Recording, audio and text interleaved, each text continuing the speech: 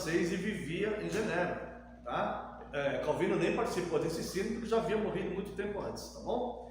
Então, o que acontece? Esses 5 pontos entram para a história conhecidos popularmente como 5 pontos do calvinismo, mas na verdade são 5 pontos contrários a esta manifestação chamada remonstrantes, tá? Eu quero abordar com você os 5 pontos desses chamados cânones de Dort, que tornou-se um documento tão importante para a igreja que ele se tornou a terceira forma, então, de unidade das igrejas reformadas, né? Haviam 2 formas, a Confissão Belga e o Catecismo de Heidelberg. Os cânones de Dort se tornaram tão importantes porque eles foram tão bem elaborados na resposta aos remonstrantes, que eles se tornaram esse terceiro ponto de unidade, a terceira forma de unidade das igrejas reformadas, tá? Então, se você quiser abrir aí, se você tiver aí o seu livro As Três Formas de Unidade, tá? Você abre ele aí, deixa eu ver que página é essa aqui, página 115, começa os cânones de Dort. Nós vamos dar uma analisadinha. Nós vamos ver aqui, primeiro, a estrutura do que foi do que resultou, como ficou os cânones de Dort, tá? Depois nós vamos estudar eles. Infelizmente não vai dar para estudar artigo por artigo, né? Mas nós vamos estudar. Vamos ver a estrutura como é que ficou. São 5 pontos da doutrina, tá? Isto aqui, irmãos, é a ata. É a ata do sínodo de Dort, quando eles refutaram aquele pensamento dos arminianos, né? E falaram, não, a doutrina correta é essa daqui, né? A Bíblia fala isso daqui. Então eles apresentam a doutrina como ela é, biblicamente. Dentro de cada capítulo, eles apresentam vários artigos falando sobre a doutrina, tá? E depois de cada capítulo, eles apresentam a rejeição de erros. Então, nessa rejeição de erros, está ali o pedido dos remonstrantes, o que os remonstrantes falavam e alegavam a respeito de cada um desses 5 pontos. Então, eles apresentam o que os remonstrantes falavam e refutam, rejeitam esses erros. Então, rejeição de erro 1, rejeição do erro 2, rejeição do erro 3, e assim durante todo o tempo nos 5 pontos, tá? Neste livro, As Três Formas de Unidade, você vai notar aí que o capítulo 3 e o capítulo 4 eles são juntos. Isso porque ele foi feito assim, o ponto 3 e o ponto 4 da proposta dos remonstrantes, que foi rejeitado, ele é colocado junto aqui, tá? E é ensinado então a doutrina ali e a rejeição de erros. Essa é a estrutura, tá? Desta ata aqui dos cânones de Dort. Antes de mostrar um pouco mais sobre essa estrutura, só mais 2 informações. Primeiro, quando os cânones de Dort, quando os teólogos chegaram na conclusão de qual dos 2 segmentos ali estava certa a doutrina da salvação, eles fecharam a questão. Os remonstrantes tiveram a oportunidade de se arrependerem e se submeterem e recusaram.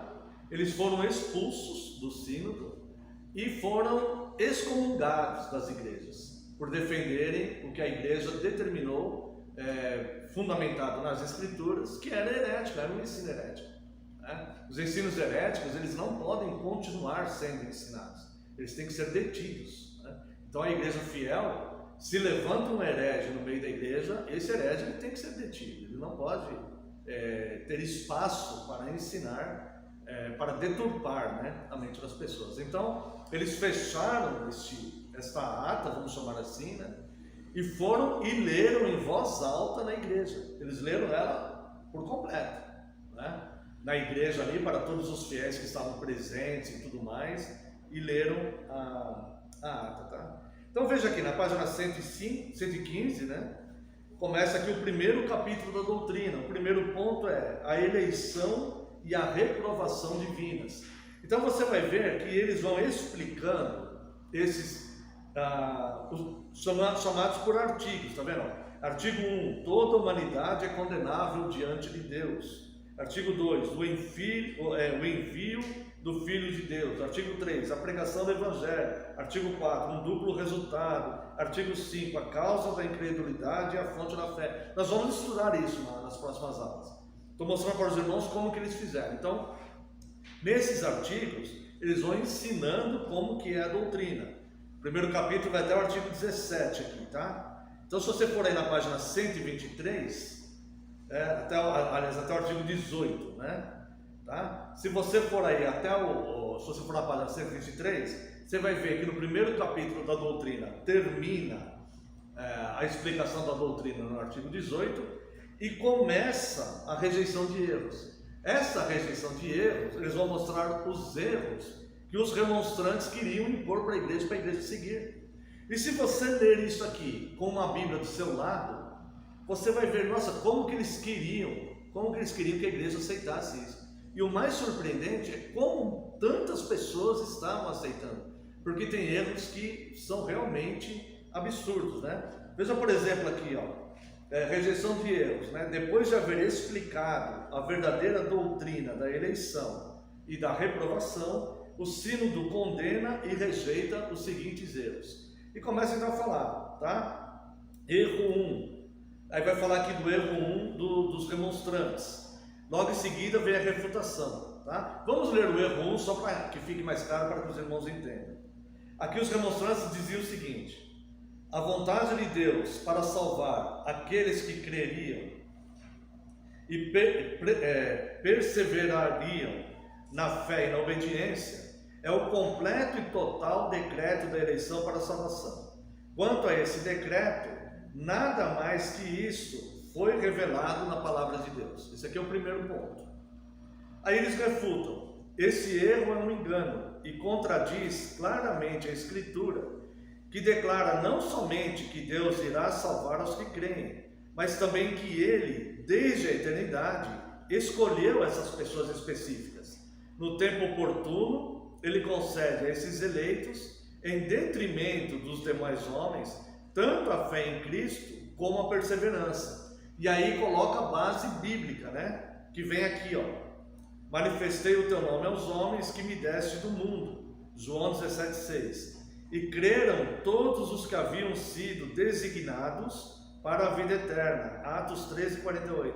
Assim como nos escolheu nele antes da fundação do mundo, para sermos santos e irrepreensíveis perante ele em amor, Efésios 1:4, e por aí vai. Então, durante todo o tempo, eles vão ensinando a doutrina e falando acerca da rejeição de erros, tá bom? Vamos ver aqui o segundo capítulo da doutrina, até aqui na página 128, tá? A morte de Cristo e a redenção do homem através dela. E aí então, através de artigos, eles vão explicando essas doutrinas. Chega aqui no artigo 9, começa a rejeição de erros. Também acerca desse ponto doutrinário, né? Depois de haver explicado a verdadeira doutrina da morte de Cristo e da redenção do homem pela sua morte, o sínodo condena e rejeita os seguintes erros. E aí então começa a rejeição dos erros, tá? Na página 135, nós vemos o terceiro e o quarto capítulo da doutrina, que nós falamos que está junto, né? A corrupção do homem, a sua conversão a Deus e o modo como isso ocorre, tá? Então vai ser explicado tudo isso. E aí vai até, eu acho que é o artigo 17, né? E aí começa então a rejeição de erros.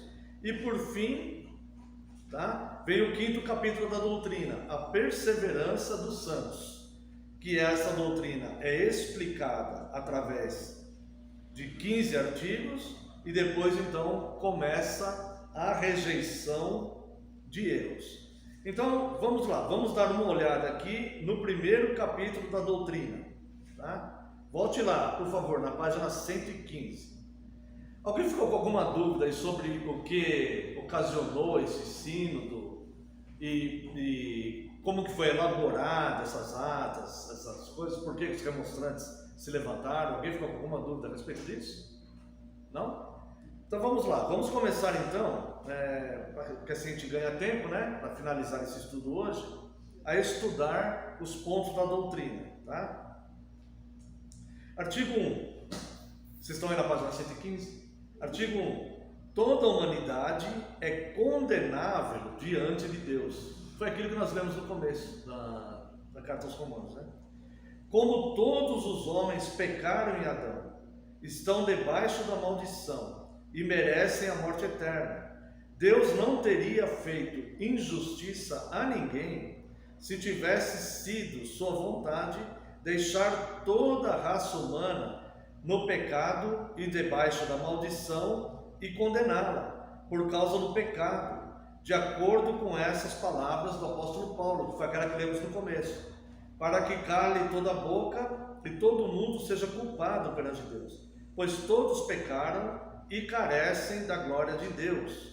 O salário do pecado é a morte. Tá? Então, eles começam explicando a doutrina, dizendo que não haveria injustiça nenhuma por parte de Deus. Porque a acusação que fazem é que Deus então seria injusto em salvar alguns e a outros não. Tá? Existe um outro detalhe que eu quero chamar a atenção para os irmãos. Muitas pessoas dizem que Deus decreta, Deus elege para a salvação e Deus elege para a perdição. Esse não é o ensino bíblico. Deus elege para a salvação. A eleição, ela é misericordiosa.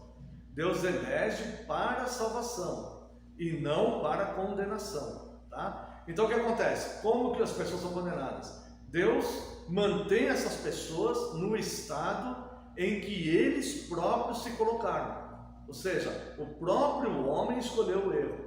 Então Deus mantém essas pessoas no próprio estado que o homem se colocou, tá? Mas Deus, por misericórdia, Ele salva os seus eleitos, tá? Então é como o Sproul disse certa vez, né? Os salvos, para com os salvos, Deus não agiu com justiça, mas Deus agiu com misericórdia. Para com os que se perdem, Deus agiu com justiça, não com misericórdia, mas com justiça. Mas a nenhum Deus agiu com injustiça. Deu para entender? Então, para aqueles que são salvos, o que Deus fez aqui? Deus é misericordioso e justo. O pecado tem que ser condenado, né? Então Deus ele consegue conciliar misericórdia e justiça. Se fosse só a justiça e o pecado tinha que ser condenado, todos teriam que perecer. Todos pecaram e destituídos estavam da glória de Deus. Mas Deus então age com justiça e escolhe um povo para si. É a parábola da jornada de trabalho, né? Quando um homem, o dono da propriedade, ele contrata alguns trabalhadores para começarem no início do dia e trabalhar até o final do dia. E paga 1 denário para cada trabalhador. No meio do dia, ele contrata outros trabalhadores para trabalhar do meio do dia até o final do dia. E paga o mesmo salário, 1 denário para cada trabalhador. E faltando 1 hora para terminar a jornada de trabalho, ele contrata uma nova turma de trabalhadores para trabalhar em 1 hora. E ele paga 1 denário também para aqueles trabalhadores. Aqueles que trabalharam a jornada inteira, eles se sentem injustiçados. Ele fala assim: poxa, mas não é justo isso, porque nós trabalhamos, suportamos a fadiga do dia inteiro de trabalho. Esses trabalharam apenas 1 hora e eles ganham o mesmo salário, e eles se sentiram injustiçados. É compreensível se sentir injustiçado, mas não há injustiça nisso. O dono da propriedade, ele fala: acaso eu não posso fazer o que eu quero com o que é meu? Acaso isso não foi estabelecido? Não foi estabelecido para Adão isso? Que era o representante federal da humanidade? Se pecar, certamente morrerá. Se desobedecer e comer dessa árvore, certamente morrerá. Certamente morrereis. Então Deus ele pode fazer com justiça o que ele quiser do que é dele. Se uma vez a aliança era que se caísse no pecado deveria ser condenado, a justiça deveria condenar todo mundo. Mas Deus então age com misericórdia, né? Então aquele homem, aquele proprietário daquela empreitada, ele age com misericórdia com aqueles que trabalharam 1 hora.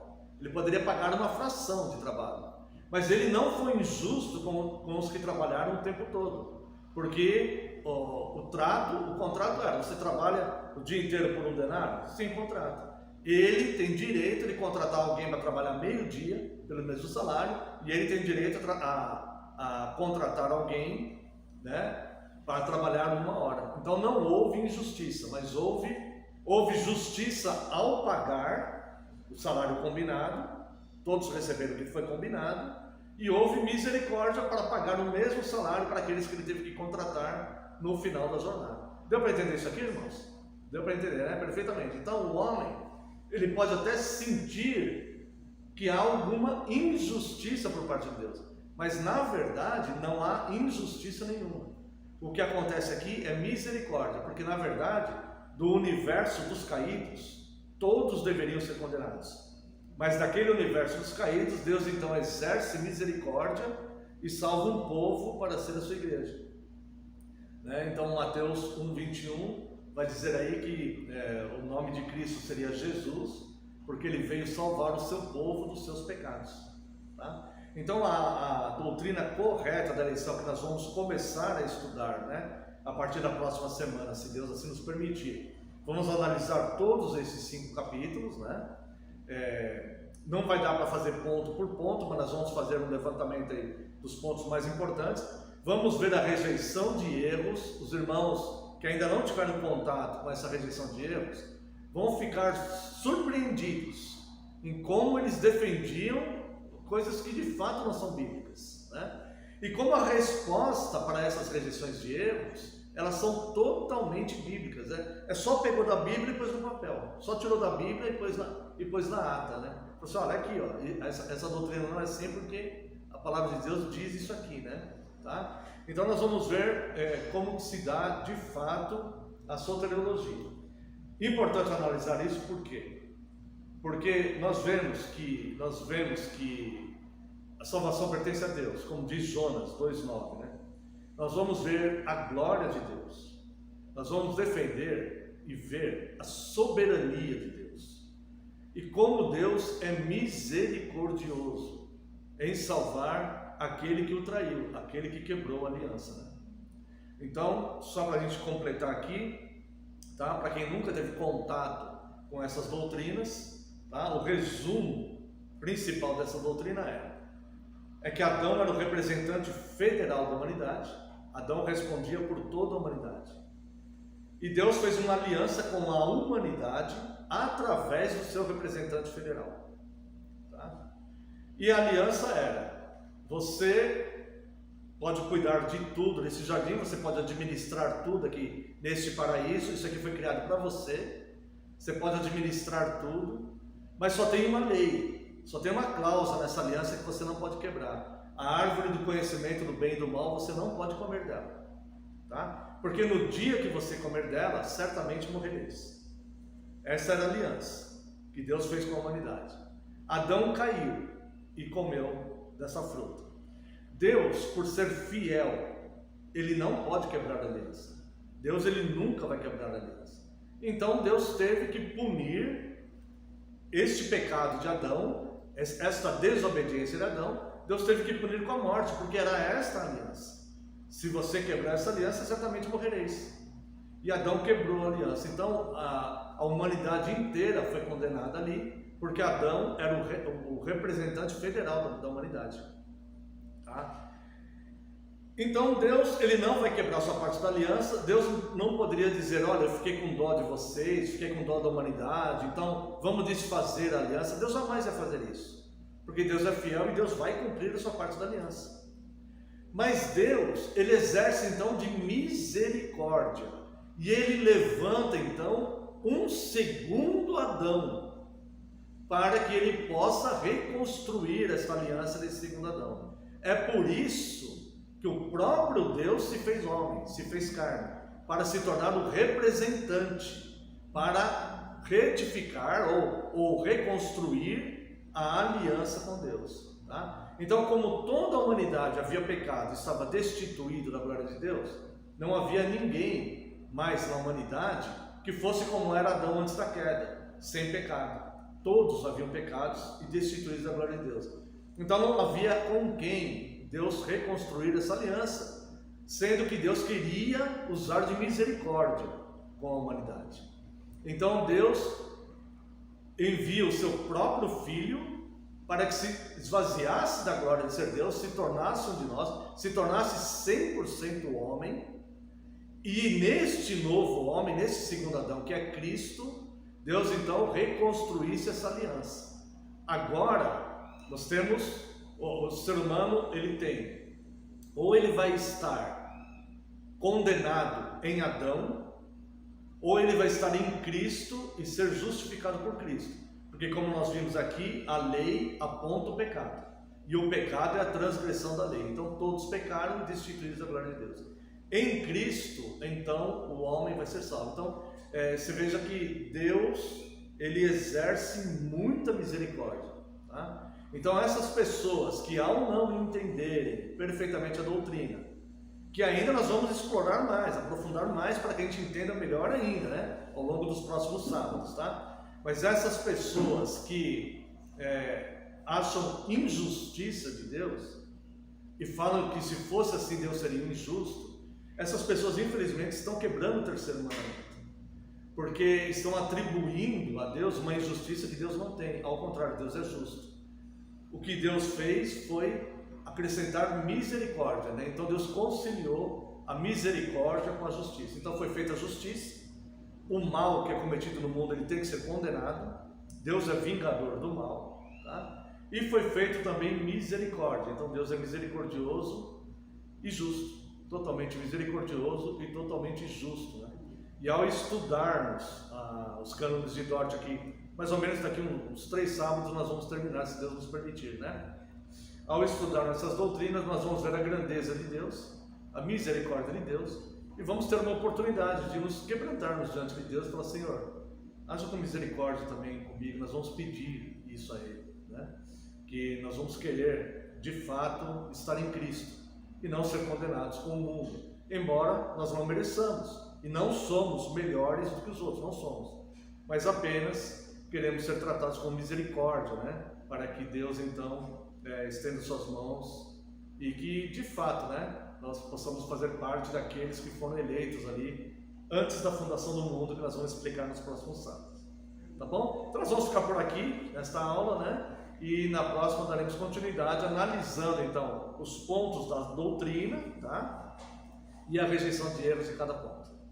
Deus abençoe.